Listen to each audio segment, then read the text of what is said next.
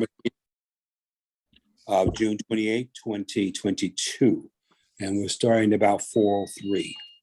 Please note that in conjunction with the Ohio Sunshine Laws and the substitute House Bill 51, the committee has decided to convene the meeting video conferencing in accordance with the House Sunshine Laws and substitute Bill 51. The committee has advertised this meeting on CPP's website in advance and has provided a link for members of the public to listen and view the meeting. The meeting will be recorded. A copy of the meeting minutes, including any documentation, will be made available on the CPP website. And I'm going to say the CPP website under the area Who We Are, Leadership, Meeting Schedule, and Minutes as soon as possible after the meeting. Okay. Chara, roll call. Deborah Olson, Here. Berlene Dodson, Here.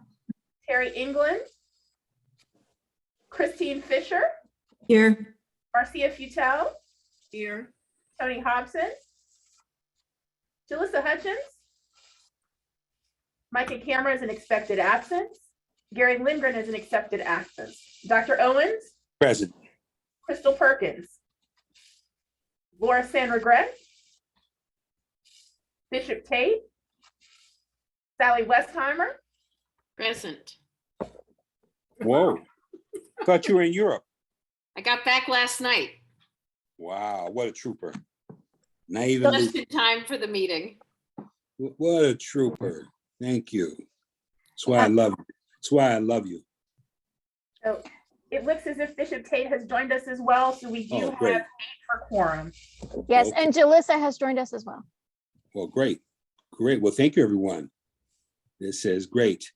All right, let's start by, I'll take a motion for acceptance of the minutes unless someone has any questions or any additions.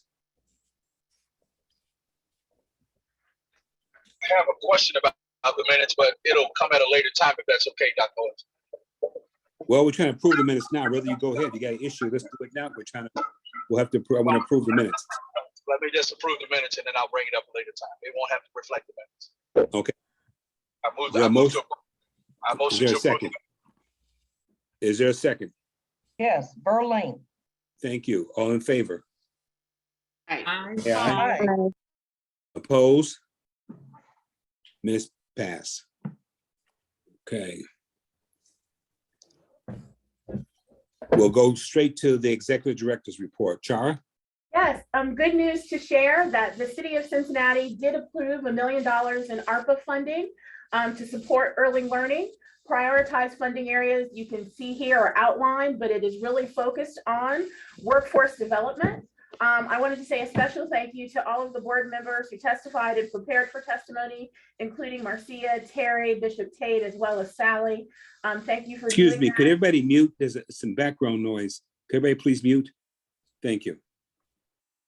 And also to recognize Margaret Holbert, who really led our effort with this, as well as Vanessa Freitag and Patty Gleason and Tammy Lunan and Prentice from the Ohio Organizing Collaborative to make this kind of historic investment from ARPA funds on behalf of the city available.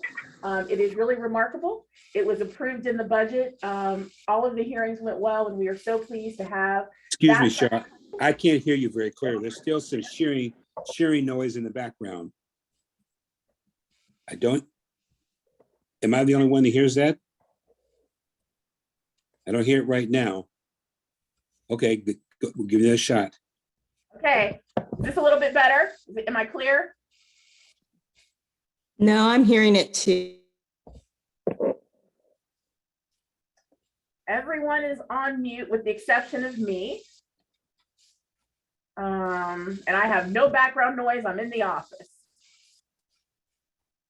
Okay, I'll keep pushing through, talk louder and clearer to try to see how we move through this. On the additional slides, you'll also see what was sent in the pre-reads to make sure that everybody is aware of the other funding that is available from the state related to childcare and preschool.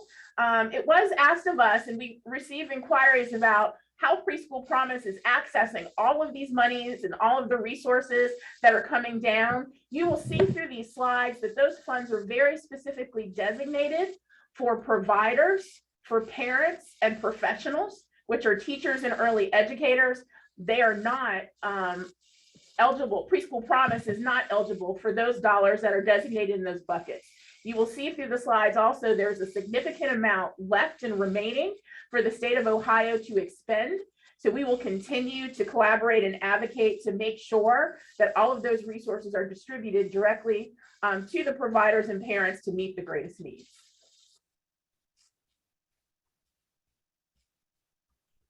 On the next slide, you'll see our closure report.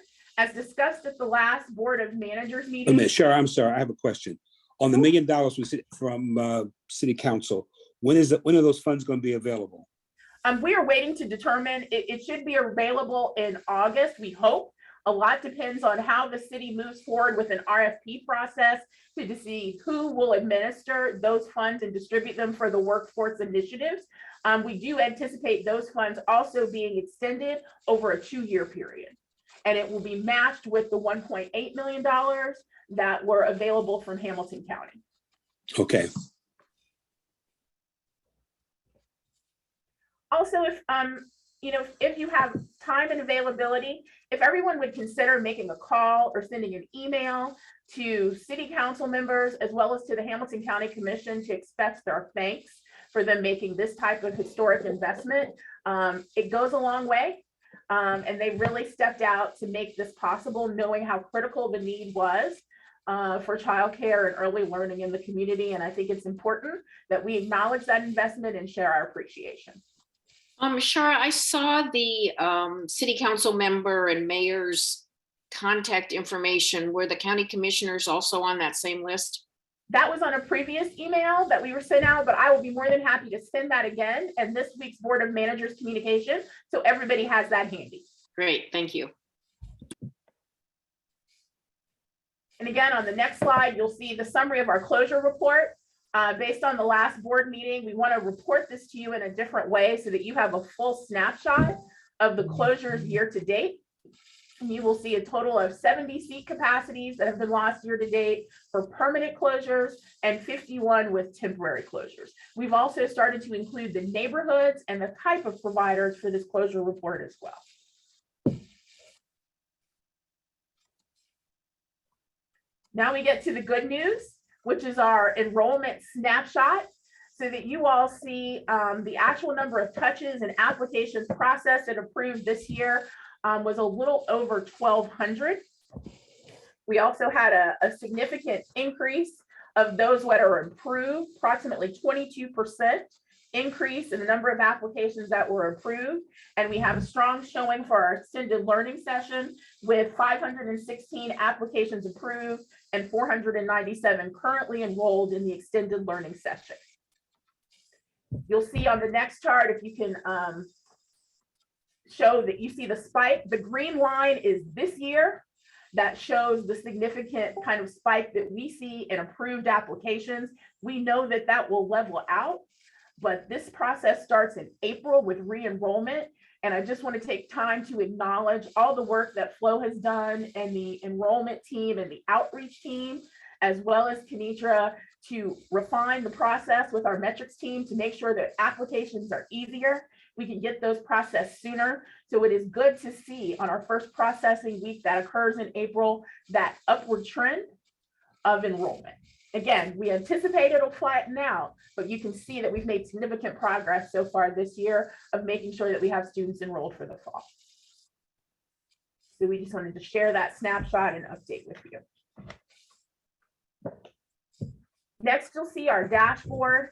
We are still working on all the data to clean up this for the end of the fiscal year. Things that were marked at 80% of goal are coded as green. Those that fell below 80% of goal are in yellow. We know that some of these are timing issues, particularly with enrolling more ambassadors for our expanding community engagement. We've had a little bit of gap of that with transition of staff, with Lakisa moving to a new position and transitioning out. I shared with you on professional development participation that we knew that would be a little bit lower. That's also a timing issue because we have upcoming PD opportunities with K-Spark and co-stars, as well as with the character effect. and the professional development opportunities they'll be offering. We also anticipate in July seeing an increase in the number of new quality improvement providers that are converting to tuition assistance, because we currently have 6 providers who have in fact reached high quality but have not completed the application and conversion process to tuition assistance. In the final column, you'll see another yellow area for us is staff support fund. We made significant gains this year in meeting 68% of our goal, and that was for the 0 to 3-star providers to access those. But I think it also translates, if you look above that, with teacher promise grants, by exceeding our goal to have 116 current teachers that are enrolled in that, that we are helping to support through teacher promise grants. So this is a snapshot of where we are. As again, we will clean up all of this data. We'll come back to you in August with the final report and what this will look like to convert and incorporate the new goals that were outlined in our strategic planning process. Okay. So I think the final thing. Anyway, great job on that. In a tough year, those numbers and efforts look great. Thank you. And I have to say thank you to the entire team. This is, they've continued to work so hard and be determined to find creative ways to meet these ambitious goals that I set. And I have to acknowledge them, each and every member of the Preschool Promise team, in pushing this forward. You will also see some upcoming events that we hope you will save the date for. Our Peanut Butter and Jam Back to School Jam is coming again on August 27th. We invite all board members to attend that as well. I mentioned the K-Spark info sessions that are for the first cohort of providers. We also will be launching in the summer an additional session of the family child care programs funded by the Greater Cincinnati Foundation with the marketing and outreach workshop, which is something specifically requested by those providers. Also, some early learning community events coming up, particularly the 4C for Children Champions Gala, celebrating their 50th anniversary on October 8th. So those are a few of our upcoming events. We hope you save the date for it. So with that, Dr. Owens, that concludes my executive director's report.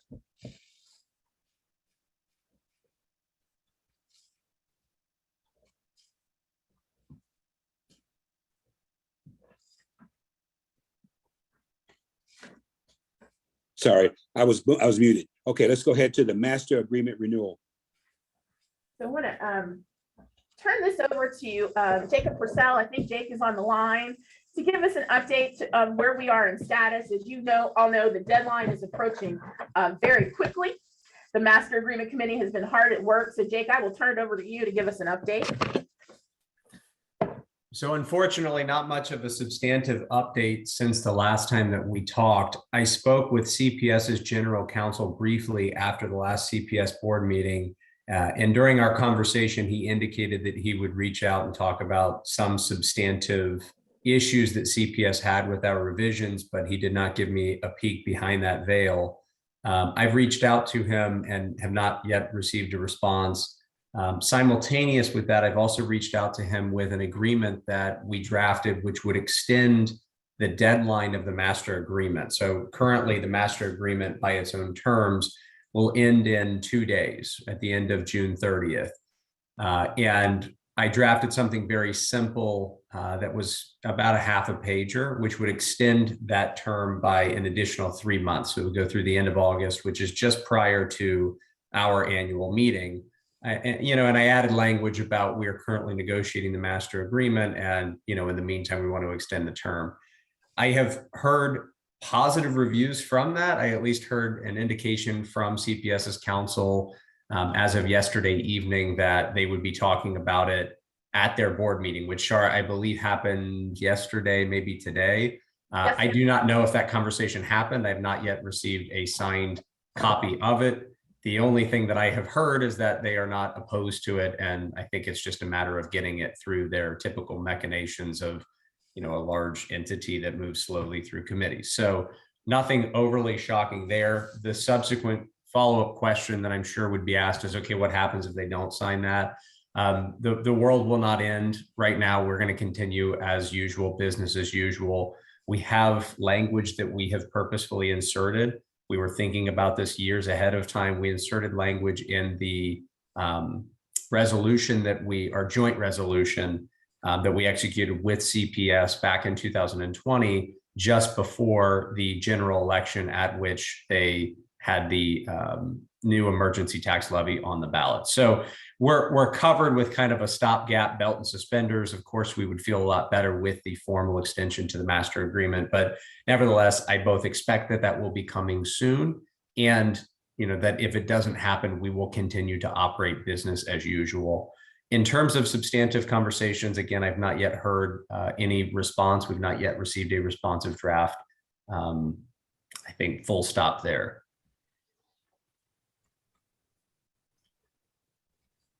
Any questions on that, or process or substance? I guess I would just ask, is there any help needed from the board? It feels like at some point there should be another level of intervention versus just conversations between you and their counsel. Shara, do you think that would be helpful? I think it wouldn't hurt. I think a call would be helpful, but I will say that it's not just legal counsel. It is my conversations with the superintendent. Right. I know other board members have had conversations with their peer board members. It was openly stated at the Finance and Audit and Growth Committee by Board Member Bolton, who chairs that committee, that they were aware of the deadline, that they are working on it, that they understand it. And at this point, I don't know how much more we could push, because it hasn't been a secret. We've been working on it for 18 months, and everyone understands the urgency. The United Way, who has to be a party to the agreement, has reviewed the extension, signed and endorsed it, and is on board. I am open to ideas. Well, I agree with you, Chara. I don't think a phone call is going to help. The board right now doesn't seem to be focused on it as we are focused. And I think a lot has already been done. So we just have to play along with asking for the extension and trying to nudge them. But I don't think a phone call is going to push them to say, oh yeah, let's push this to the top. It's not going to happen. They have a lot on their plates. We have a lot on our plates. To me, it's plate versus platter. I think they may have the platter and we've got the plate. So I think that the extension hopefully will get us to where we need to be, because they recognize the importance of the master agreement. And I also think, based on our discussions at the last meeting, we've given every indication that there will be negotiations in good faith, because we continue to work cooperatively. Vera and I regularly to meet and talk through things that we need to progress forward. And there were no objections to the budget and approval process. And if they were really interested in stopping the works or holding something up, that would have been the opportunity to do that. And so may I ask a question? That's one of the questions that I have is, as we are doing the master agreement and we're going back and forth, for whatever reason, maybe I'm out of sync with this, that the Cincinnati Promise Forward board has not been included in many of these discussions. And it appears that as part of the original group and one of the entities that are responsible, that our work and our participation in this has been limited. And again, I'm just asking because a lot of decisions have been made, a lot of feedback has been provided, and a lot of general conversations have been held from the entities. As Shara just mentioned, that United Way has to sign off on it for their part of it. I'm sure CPS has to sign off on it as their responsibility. But if I remember correctly, Promise Forward was a part of that as well. And so, is that not the case, or I'm missing something? Well, first, let me jump in first, because I want to be clear. Shara has reached out. I think at least in the last few conversations I've had, your board has not met with Shara. Am I wrong, Shara? It's not it's whether our board has met with her. She has not reached out to me as the board chair. Well, no, she needs to reach out to the board. You're saying it's a board process. She's been trying to meet with them for months. No, she's been trying to meet with them months, and and nothing has happened. Dr. Owen, she has not reached out to me to ask about our board work. And I'm okay with that. I'm just asking a simple question. I'm not trying to defend the preschool promise or the promise forward. I'm asking a question about protocol. So you stated that you wanted me to be transparent. Oh, about my- absolutely. Okay, so Absolutely. And I'm just protocol- saying that she has made an effort to reach out to the board and they have never invited her to a meeting. Dr. Owens, I'm the board chair. So I don't want to carry this too far. I'm asking a question about protocol. Is promise forward supposed to be a part of the process? I just want a simple yes or no. Jacob, give him an answer. Do you have an answer for that? Yeah, Promise Forward technically is not a party to the master agreement, but to Dr. Owens's point, the entire procedure, you ask, are we part of the procedure? Anybody who has a stake in Preschool Promise is technically part of the procedure, and we welcome at any point in time. And I think we've solicited that feedback from the entire board to say, what would you like to see within the master agreement? And then we've tried to implement those changes within a more maneuverable body, which is the master agreement committee. It is not that we have excluded anybody. It is that we have tried to include everybody with an open door, but we're not specifically going out to various groups saying X, Y, and Z, what would you like to see? If there is something that your board would like to see in there, or you have any type of comments, I mean, we more than welcome any type of comments, but that's more of an open door policy where you're welcome to come voice whatever you'd like to voice. So is that the same invitation for United Way and CPS? It's not. United Way plays a different role. They play a different role. They are actually other parties who have to sign off on the agreement. They physically will need a signature at the end of this process. Okay, that's all I'm asking. So I want to be clear, just so that our board will know that if we have a responsibility, to your point about open door or whatever the case may be, that we are participating in that process. But Bishop K, in all fairness, and again, you were on this board, so you're here for every meeting. So you're hearing the conversation. You have an opportunity to contribute. So tell me how we're lacking. What is it that we haven't done if you're the representative and the chair of the board? What could be a stronger representation than you? I'm satisfied with the answer. So, well, no, I'm not satisfied yet. No, there's a process here. I need some help to understand this because we won't get past this. Just help me understand. You open a door for this because I asked that we meet together with you and Shara, and you said you denied my request. No, it should be a board discussion. I'm not going to do backroom discussions. It should be a board discussion. We're talking about being transparent. Is this considered a backroom discussion? No, when you say you want to meet with me and Shara, that's a backroom discussion. You're the and I'm board saying chair. bring everything forward, but help us understand. I'm just saying, if you're the chair of the board, then you have an opportunity at all our board meetings to give their view or ask us about any question about the agreement. You're absolutely right. How are you being left out? No, I didn't say question for clarity. Pastor, can I also join this conversation? Because I have long had great concerns about the forward board as well. And I heard what's his name just said, that they have other interest group that they invite. But the other interest group, as was outlined in the original agreement, does not have a part in the composition of the Preschool Promise Board.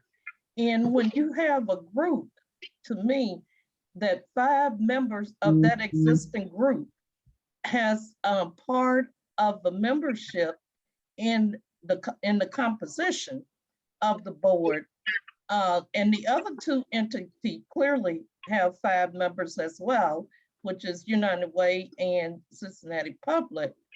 What is the role then of the forward?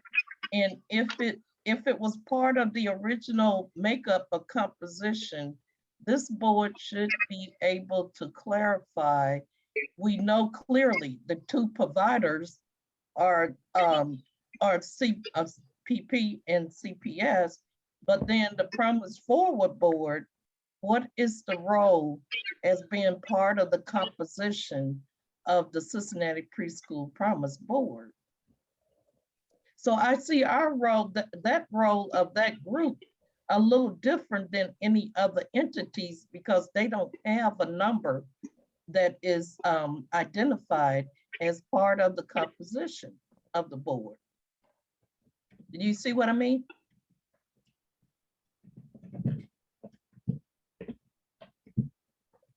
Who want to respond? I'd like to ask for clarification, Berlin, on your statement. They don't have a number. Who is they? Because When all what's his name was just speaking about other interest group when Pastor Tate was saying the role of Okay. forward, and he said that he invite that of course we the board invite feedback from the community at large and everyone, but everyone does not have a key role as being part of the composition of the Cincinnati Preschool Board, but Preschool Promise Forward does. And that is part of what the some of us are there on the board because we're representing that third entity of the composition. Am I correct or am I wrong? Well, I have a thought on it, not sure it addresses it clearly, but this issue is confusing because 2 of the 3 board appointing entities are legally a part of the master agreement. But if you put that aside for a minute, all 3 entities have appointed people to the board who are to represent the point of view of those appointing entities.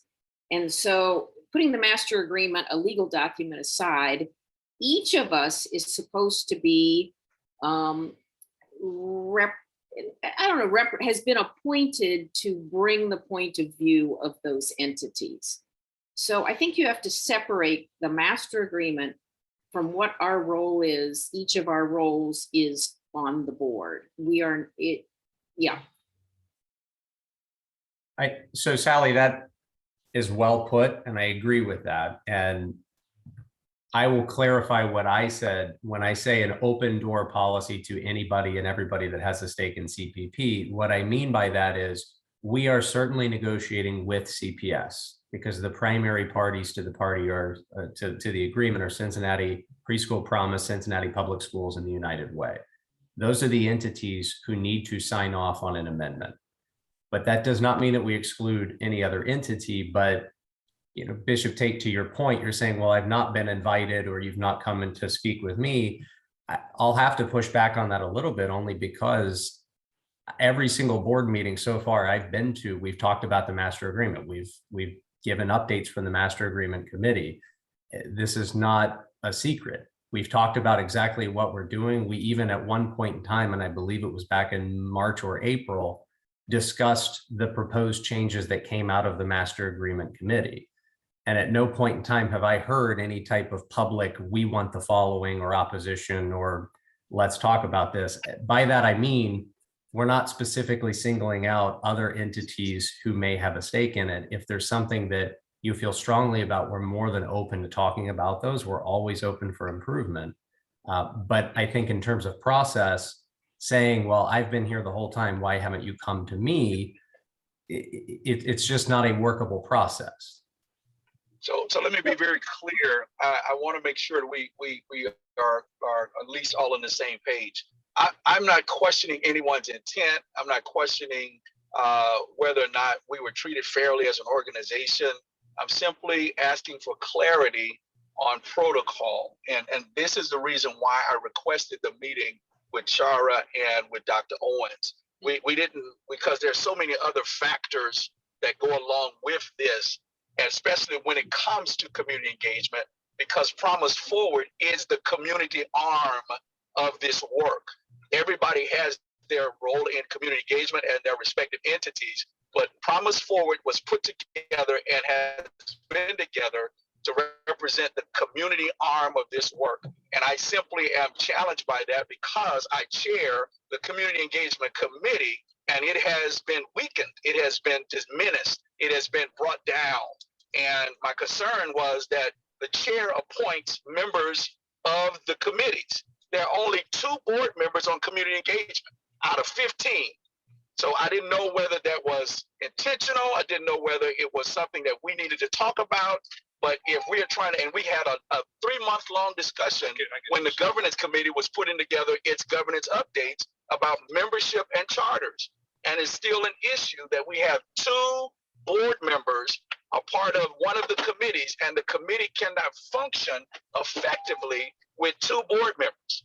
So I was bringing that to the chair.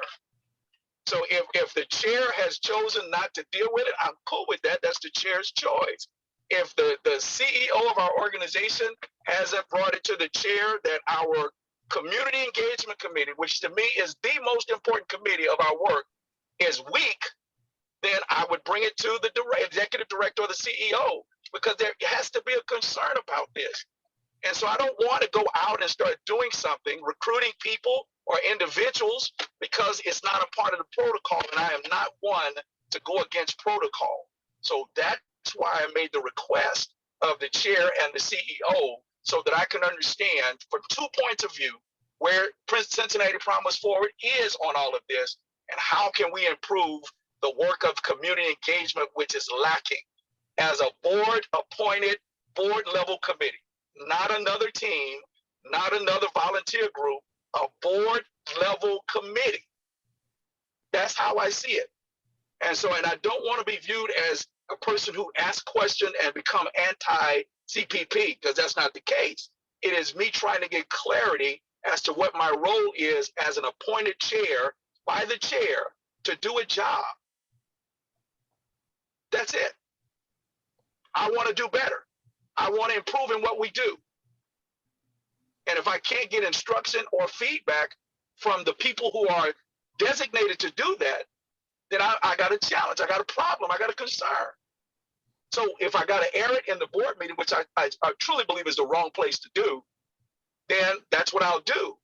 But I would prefer to bring it up in a smaller setting so that we don't have to have conversations like this. Well, I disagree. I disagree. It needs to be brought before the whole board. Wait, Bishop Tate. Now, on the other hand, Bishop Tate, you talk about that the committee has been weakened in this. Your committee has been the committee that has met the least amount of times. You have canceled almost over half your meetings. You have not fully pushed that committee. You have not come to this board to a whole board meeting and say to the other board members, I need help. This is what I want to do. Your committee has not met.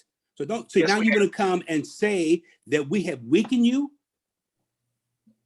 Listen, I am not the other board members. I'm not the other people. I'm very strong in who I am. The committee has been to the board and asked for support as well as members. The membership of our committee is left to the chair. You are the chair, sir. And again, I don't think this is the appropriate setting to have this conversation, because what it does, it further diminishes the work that we do. It's childish in my point. We should not be talking about this. I disagree. So the whole board needs to understand this. No, Bishop Tate, because you carry things, you don't follow through on some of the conversations. I have asked you at board meetings, what do you want? What is it that you want? What is it that your organization wants? And things have never been made clear. You talked about you wanted money. You wanted money, but you never put a plan together, sir. Sir, I did. So you're going to put me down or what we're trying to do, then let's be honest with this whole board. No, I don't want to do backroom stuff. It's fine, Dr. Owens. I haven't challenged it. I question it, but I've been very respectful of you, sir. Please don't bring up issues where you're trying to diminish my leadership. That's unfair. I'm not going to. The meeting speaks for itself, sir. No, sir. The meeting speaks of the chair of the board who has the responsibility for the committees. And I think it's respectful of me. Then fine. I'll take that on. And that means to me that maybe I've made the wrong decision then. You say I'm making the wrong decision of who should run the committee? Because the committee's only met half the time. That's your choice. That's not me. I don't set the meetings if you do, and you've canceled them. Cancel them at the request sometimes of the CEO, because we don't have a quorum, because it's only 2 people, sir. I don't want to continue this discussion. If I may cancel, can I stop now? Because I think it's disrespectful to you. I do. I don't think that's fair to you.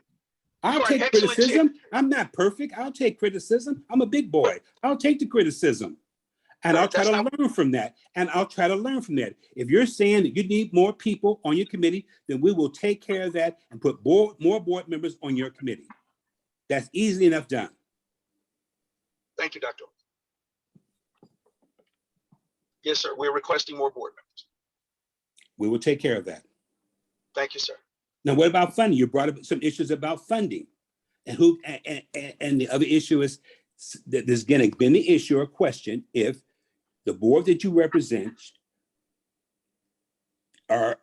should we be giving them some money for community work?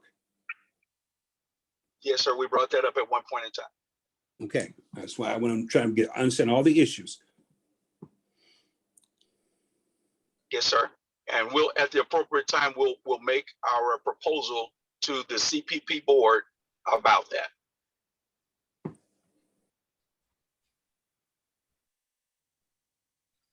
Because again, there's been opportunities, open opportunities for anyone to make proposals for funding.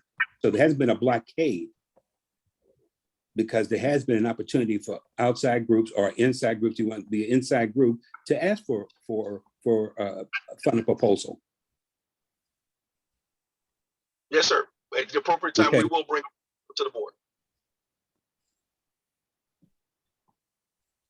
Okay, let's go on, Shar.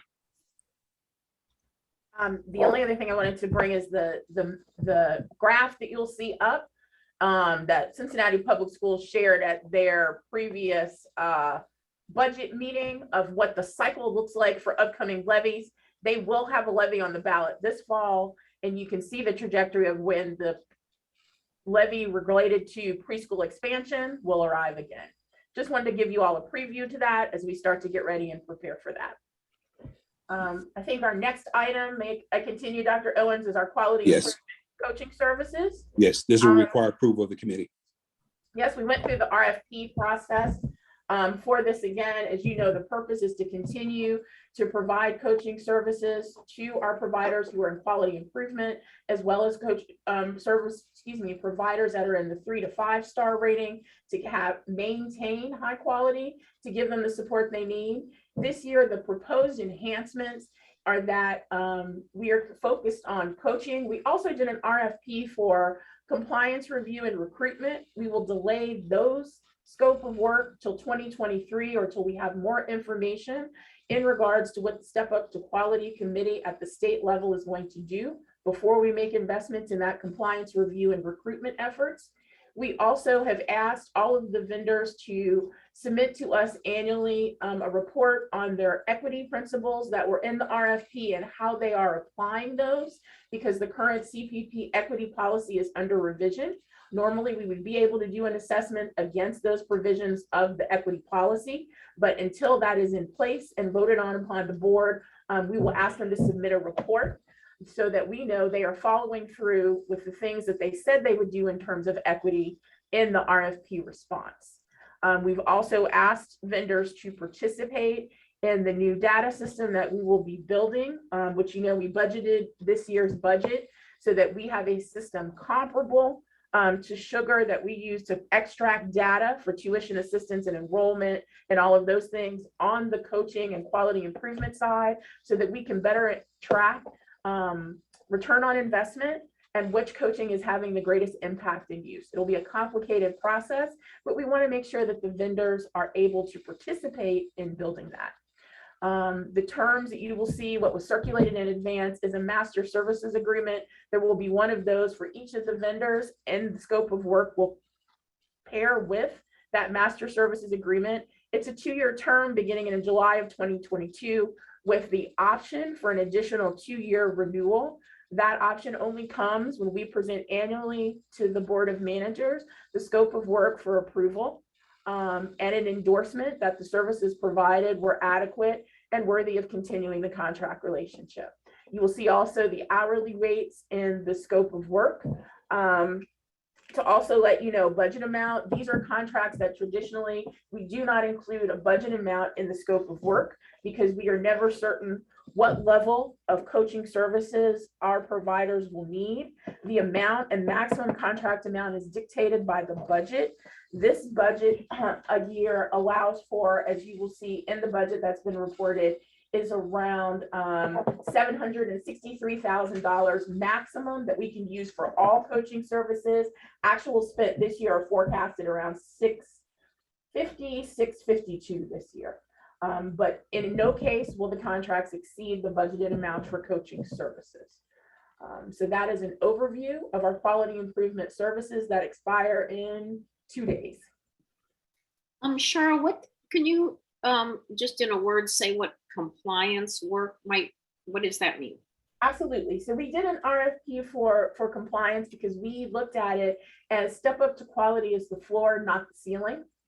And that we wanted to look at something comparable to like what Pre-4 does and look at other things that are happening in our provider space to say, is it really, really good, high quality? Are there other things that we could consider? And how do we make sure that that's maintained in the space other than just the sporadic review that happens with step up to quality?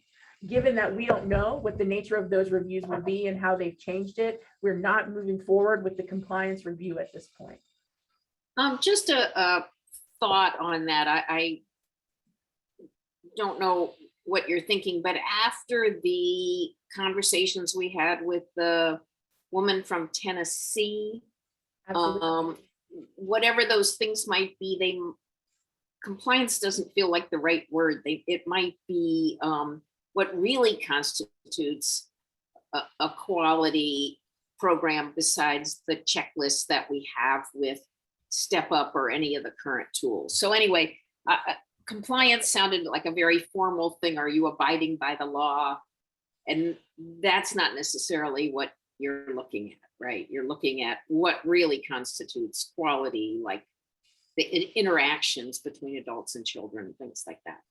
Absolutely. We will take that into consideration and name it something that seems less prescriptive and a little bit more open in our shared ability to reach the highest quality for students, because really it would look at that to say for some levels of preschool promise, what the board has decided and what we recommend for high quality may or may not be more than what step up to quality is. And we ask that you try to move forward with that quality and assess it. But of course, we will look at how to name that before we launch it, come back to the committee to fill out names as well as those on the data and evaluation work group to get some input.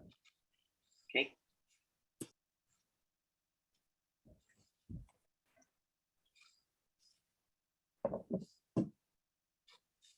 All right, 4C for children's scope of work. So just, you will see the standard scope of work. It doesn't look much different than what we saw before. And I think the slide shows the highlights. This is kind of the nitty gritty detail. We wanted to make sure you had it.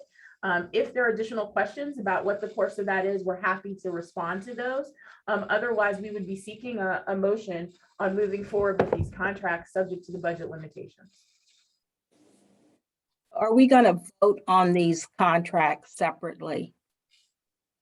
Are we going to vote on 4C for children and then learning growth scope of work contracts?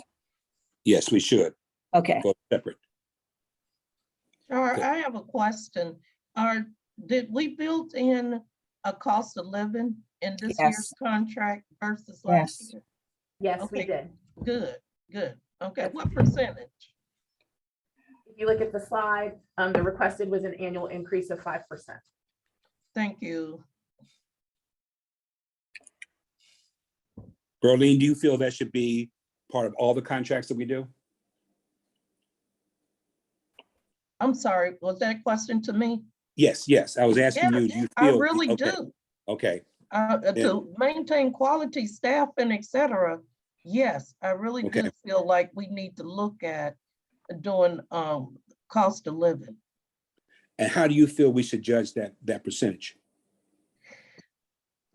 I wish sometimes the I national wish doesn't I could reflect the say we local. go by the consumer Right. price index. It doesn't always help. Yeah, It doesn't. right. But Well, give I us some think, thought. Give us some thought. Don't give okay, an answer today, but give us some thought. How can we realistically come up with the right number? Because you're right, the indexes and something national doesn't really reflect the local market and it does not. and the cost of living in the local market. And that varies Yes. depending on the locale of where you Yeah. live. Okay, Yes. We will make a note of that and definitely include that in our scope of work going forward, as well as a point of negotiation with our vendors. Thanks. I have a comment on 4C's statement of work. I thought that they did a very thorough job in their statement of work. The question that I would have is, do you have statistics, and this would apply to Learning Grove also, on the number of coaches as a result of coaching who moved to a 3, 4, or 5-star? Yes, we can provide a report for that of you. I think 4C has done a very good job of sharing that with us. It's been about probably a few months, at least at this time last year, we were considering the contract before we did that again, but we'll be happy to provide you with an update. But there are very few of providers that we have that have transitioned from quality improvement to tuition assistance that haven't done that without some coaching. But I'm happy to provide a summary if that would be helpful. Okay, that would be very helpful. I would be again. I thought that their statement of work was very comprehensive.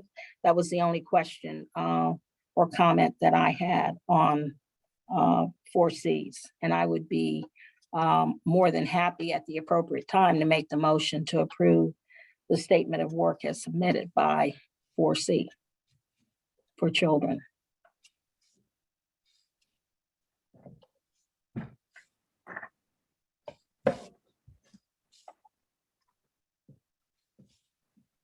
are we ready to vote on these contracts? Char, are you ready?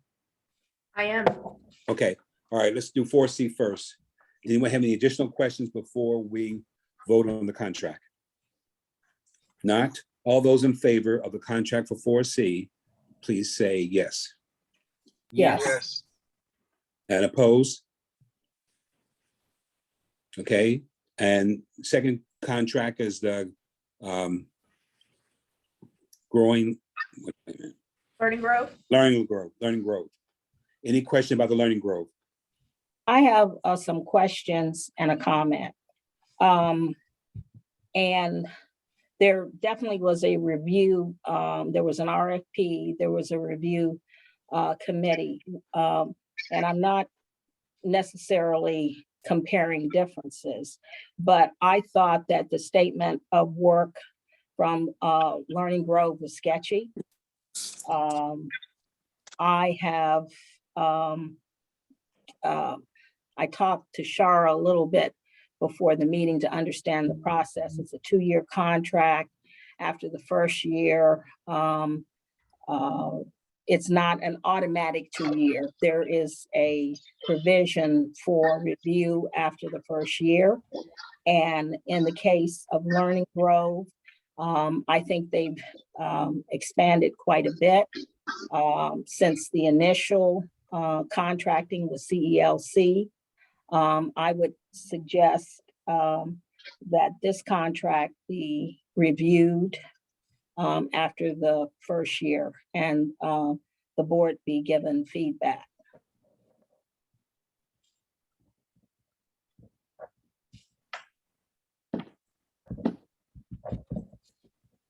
Other responses? I think that makes sense. You know, there's nothing wrong with getting a review.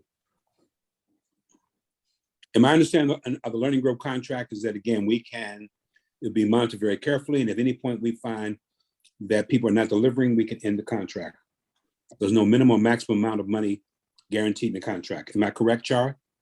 That is correct. I think we're fortunate to have legal counsel who drafts the master services agreement that has specific provisions in it.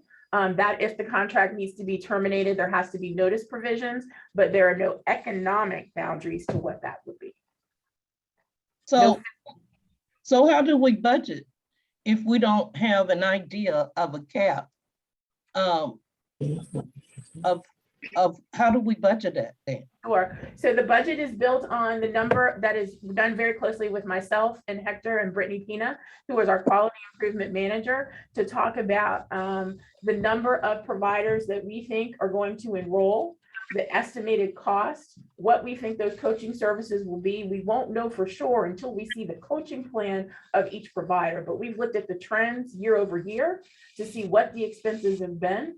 But we know we can't exceed our budget amount. We did our best to predict based on year over year trends, what we've seen in the past, to say what we estimate the amount is going to be for overall coaching. The previous contract nor the contract have a fiscal cap that is in the scope of work, because we don't want to be bound to, if there are 2 providers that can be served, that we have a minimum that we have to pay that exceeds that. Or if there are 8 providers that have extreme needs, also want to have the flexibility to move within the board approved budget to do that.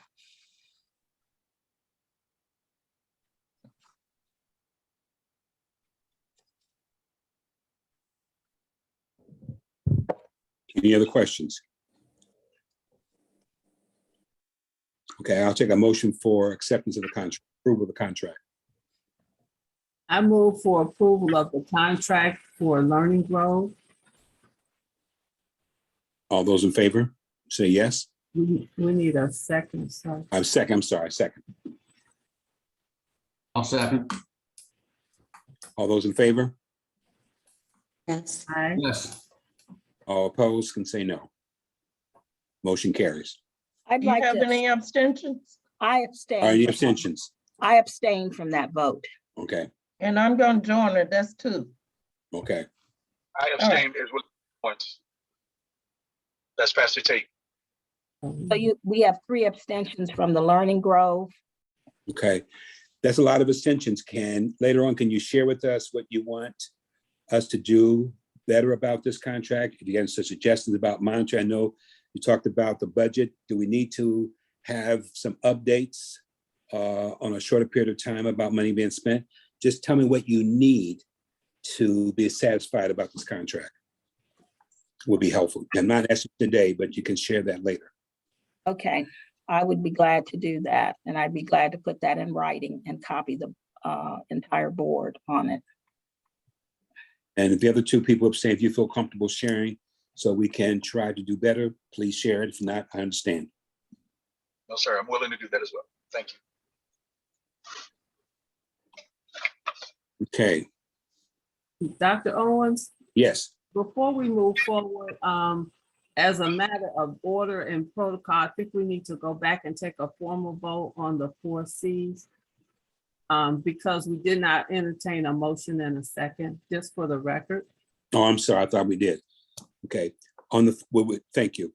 For 4C, I'll take a motion for approval. I move for approval of the 4 Cs for children's scope of work contract. I second the motion for approval of the 4 Cs for children's scope of work. Thank you. All those in favor, say yes. Yes. Yes. Oppose? And any abstentions? Okay, motion is passed. Thank you.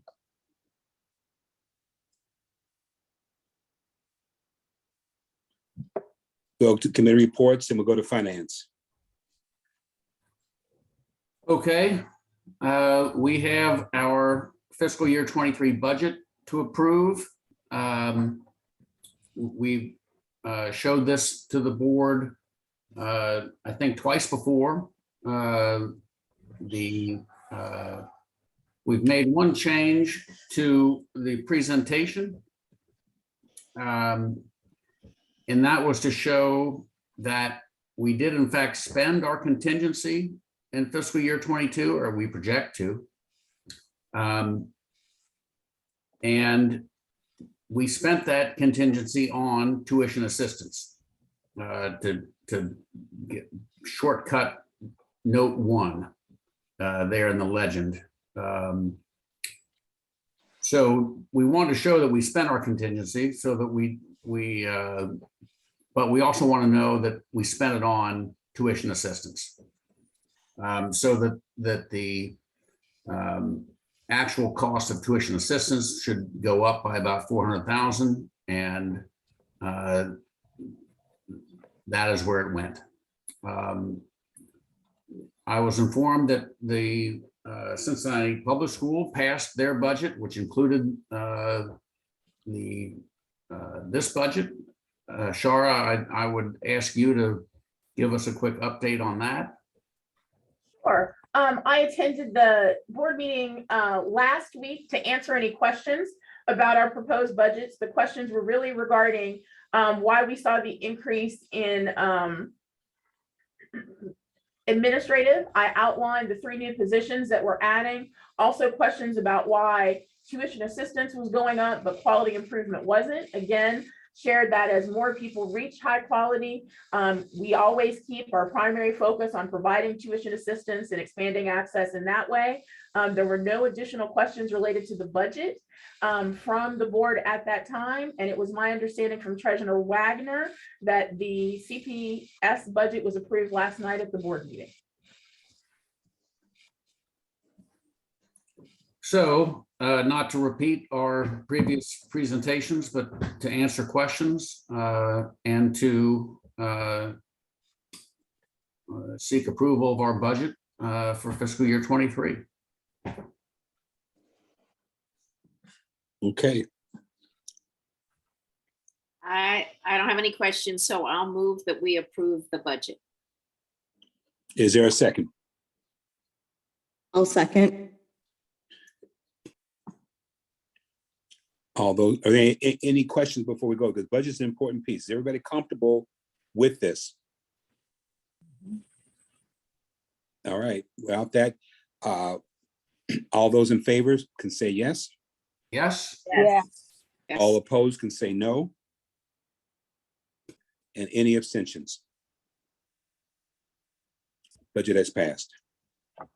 thank you, Mr. Chair. And I will say I'm excited that Shara and her team have a budget that I think will provide excellent service to our children and families.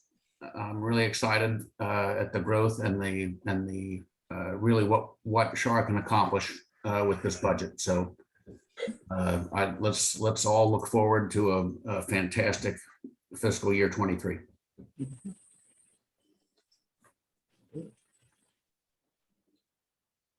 Okay, thank you. Thank you for your hard work. That's an important committee, and we appreciate the efforts of you and your committee members. We now go to the Governance Committee. Debbie? We had 2 meetings during the first the month of June. The first meeting was our regularly scheduled meeting in which we followed a prescribed agenda. And in that process, we identified that there are 5 terms that are up for nomination by the nominating bodies. United Way, Dr. Williams' term and Sally Westheimer's terms are up. Cincinnati Public, Marcia Futel, and Promise Forward, Verlene Dotson, and Terry England's terms are up. And if I could just remind you that these are as set up in the governance principles. There were classes that were set up on a 3-year rotating basis. So we covered that in our first meeting, and then we had an aha moment or moments or hours that occurred after that first meeting, and we reconvened the governance committee the very next week to look at terms and what that actually means 5 years after the Cincinnati Preschool Promise has lived and thrived, so to speak. So in looking at the terms on page 8 of 9, it identifies that there are 3-year terms up to 6 consecutive years. I'm just going to read the way it is, and that the board chair may serve up to 2 consecutive one-year terms. And going further down, that there are provisions for, I'm having a little difficulty reading this here, 3-year consecutive terms after a absence from the board. So when we looked at setting up of our classes, if you remember, we started in January of 2017, and we set the classes up starting with the class of 2018. So some of the members served through that September, and then their term began ending in, I'm sorry, they served through September of 2018.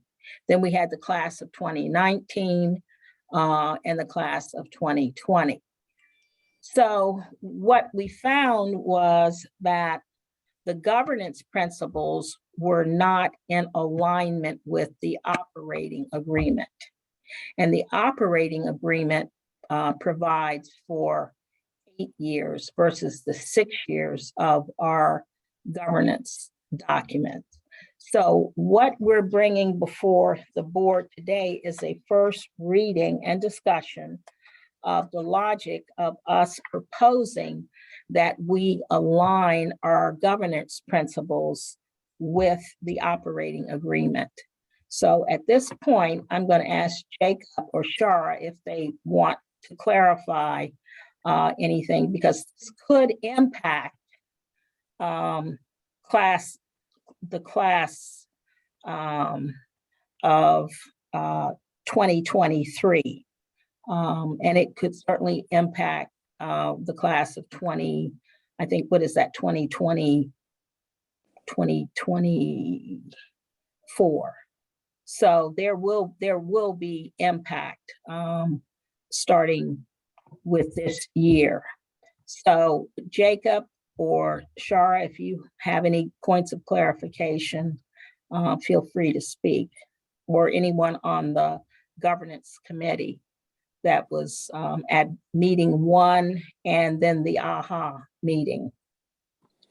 I can provide some initial context to this, and probably even something additional that's not on here. And Deb, is it the intent that this would just be, as you said, a first read where, you know, perhaps we would agree on principle or concept and then kick this back to the governance committee to finalize drafting? Or what do you see as the preferred procedure? The goal is that this is a first reading, that there be discussion, that, and this has also been to the executive committee. So it's, you know, it's followed the sequence, that it go back in August to both the governance committee, the executive committee, and then the board for revision to the board governance principles. Okay. So my context with what you've seen here is this really mostly applies to individuals who were in those initial classes of managers. And we call those stub years or stub terms because those individuals who were particularly in the class of 2018 and 2019 did not serve a full 3-year term. So as you see in the parentheticals where they're eligible to serve 2 additional 3-year terms, that would be in the second paragraph from the top of this page. That was drafted in a manner to kind of bow to reality that those individuals did not serve a full initial term. So that is not uncommon when you have somebody that serves for 1, 2, or 2.5 years instead of a full 3-year term.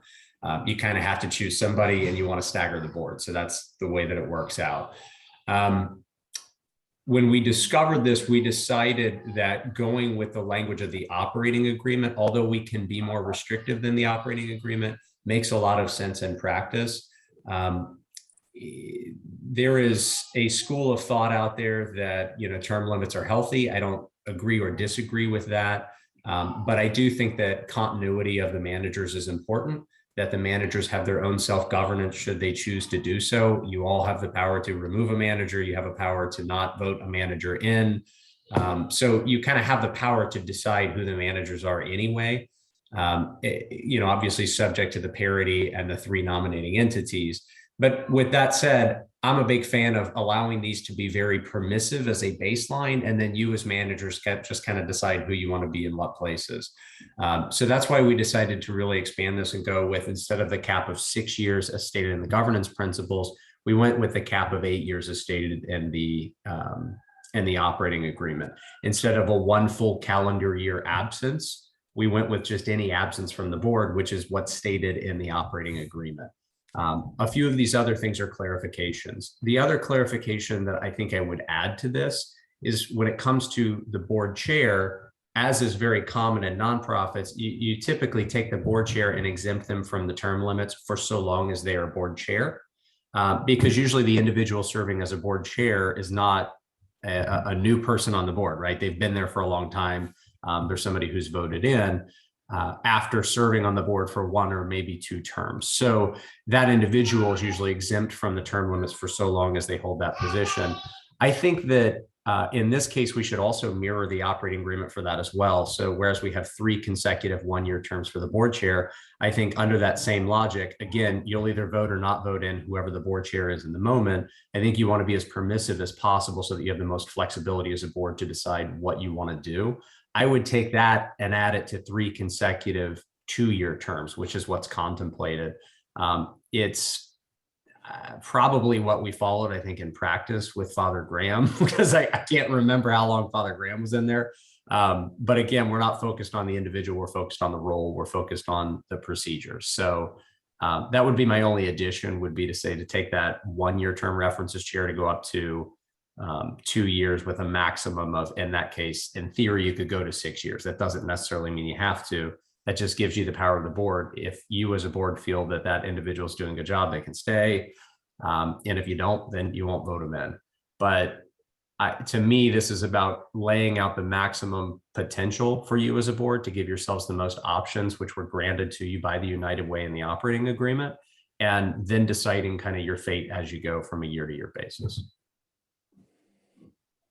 The other thing I'd like to add is that the letters have gone to the Board of Education Chair, Cincinnati Public Schools Board of Education, to the United Way of Greater Cincinnati Chair and Executive, and to Bishop Tate. So those letters went out, I believe, Shara, about June 15th. And they went out by email, and we were asking that we get a response back from the nominating groups by, I believe it's August the 2nd or the 3rd, prior to the governance committee meeting. If there's any questions or if there's any concerns from any of the chairs about that timeline or questions about the letter, let me know or Shara know, so that we can provide clarification.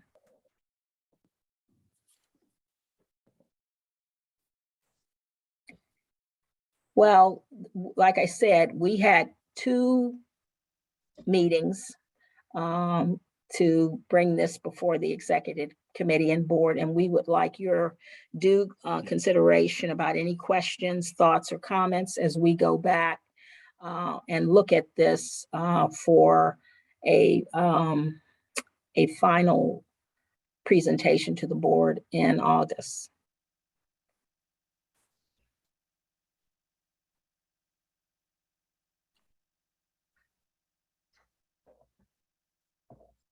I was worried Well, there a moment you were kicking me off the board. Well, let me just say this. We have pride in our process and principles. Yeah. And this is about principles, not people. But people do play a part in this. So, but we did work through all of that, and I think I'm comfortable. And Marcia, you're here. You sat in on both discussions, I believe. Jalissa sat in on both. Do you have any comments or feedback? I think it was a good discussion. When we got to the second meeting, they kind of explaining how the differences were, and it did make perfect sense, the changes that we're recommending, so that everything's in alignment and there's clarity. And I think going forward, it gives us opportunity to have a very productive board. So, but it was great discussion trying to figure it all out. Yeah. Jalissa, do you have any comments? I thought I saw her. Yes, I'm here. I felt the same way as Marcia. Everything was pretty clear, in agreement with the way that things were outlined.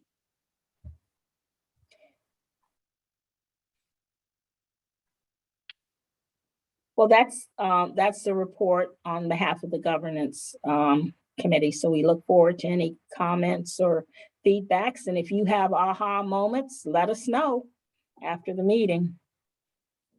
And Deb, again, when do we have to make a recommendation on this or to approve this? We what is our meeting in August? I believe is it August? It's the last week in August that the board has to approve the revisions to the governance principles. Okay. It's August 30th, at our meeting on August 30th, and we need to do any final cleanup and endorse any wide-scale changes and other things at the annual meeting. Great. All right. Thank you. All right, we'll go into the CPS update. Is Vera on? Yes, I am. Thank you, Dr. Owens. I did not have many updates, but I do wish to let board member Alsop know that I am aware that we did receive our letter, so thank you very much. So it is in the process.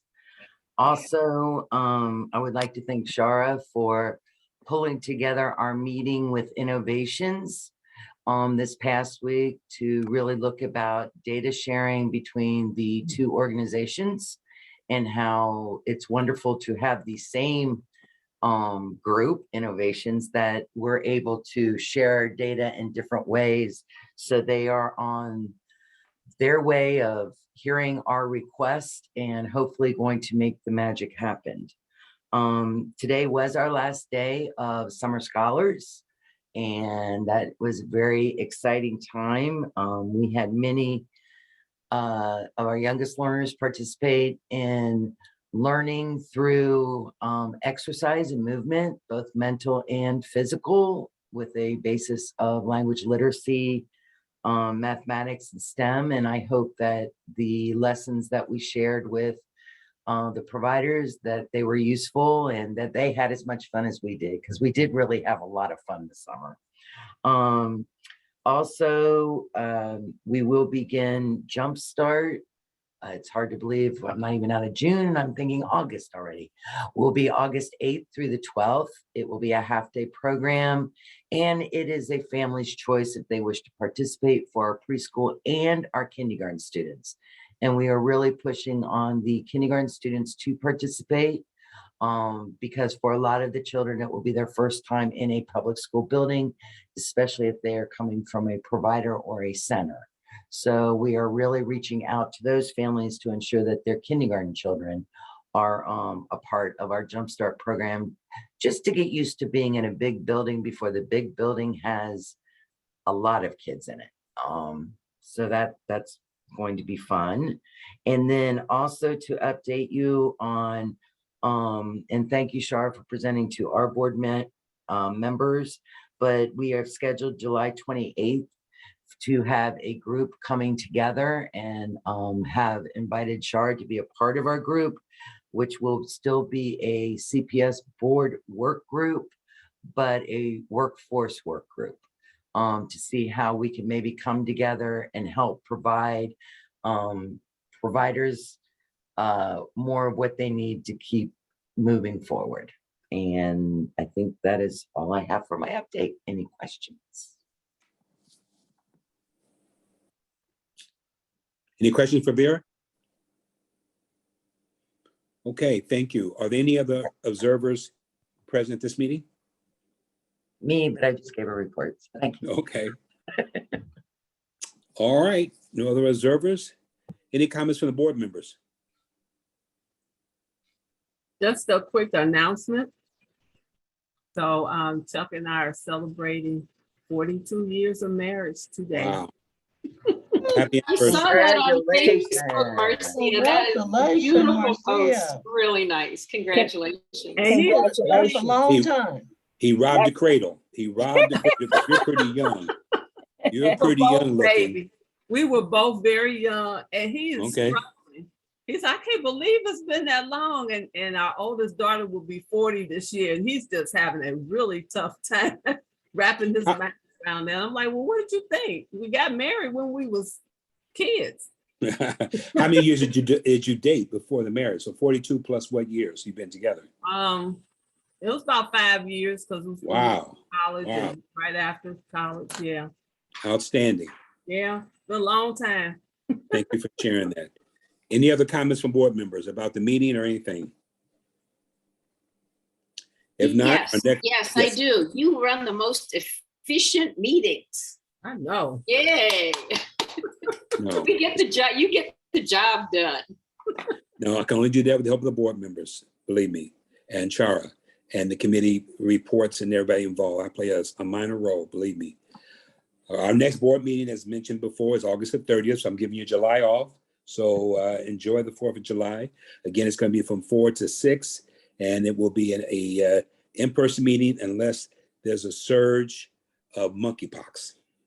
Ah, I'll give you something else to worry about. oh. So now Sandra Rest's not here to give me a motion for adjournment. Who's going to take her spot? I move for adjournment. Amen. Is there a second? Second, All those in favor? aye. Aye. Opposed? And abstentions. Sally, it's good to see you. Yeah, it's good to be Technology back. is amazing. All right. Thank you, everyone. Goodbye, everyone. Thank you. Bye-bye, y'all. Bye-bye.